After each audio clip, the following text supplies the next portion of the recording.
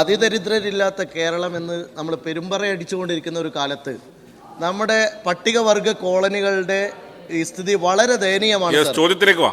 ഇതിലേറ്റവും പ്രധാനമായ കാര്യം, എൻ്റെ നിയോജക മണ്ഡലത്തിൽ ഇടിഞ്ഞാടി കോളനി അടക്കം നിരവധി സദ്ഗ്രാമങ്ങളിൽ ഇപ്പോഴും ഡ്രോപ്പ് ഔട്ട് റേറ്റ് വളരെ കൂടുതലാണ്.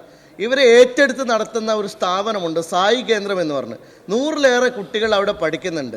ഇത്തരം വലിയ സന്നദ്ധ പ്രവർത്തനം നടത്തുന്ന സംഘടനകൾക്ക് ഏതെങ്കിലും തരത്തിലുള്ള ഗ്രാന്റ് നൽകി ഈ ഡ്രോപ്പ് ഔട്ട് ആവുന്ന കുട്ടികളെ സംരക്ഷിക്കുന്നവരെ സഹായിക്കാൻ സർക്കാരിന് പദ്ധതി. സർ, ഈ അതിദരിദ്രരെ സംബന്ധിച്ച് അതിദരിദ്ര രണ്ട് കാര്യങ്ങൾ മനസ്സിലാക്കണം സർ. ദരിദ്രരും അതിദരിദ്രരും രണ്ടാണ് സർ.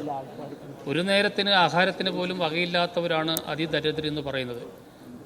തീരെ മരുന്ന് വാങ്ങാൻ നിവൃത്തിയില്ലാത്തവരാണ് സർ അതിദരിദ്രരെന്ന് പറയുന്നത്.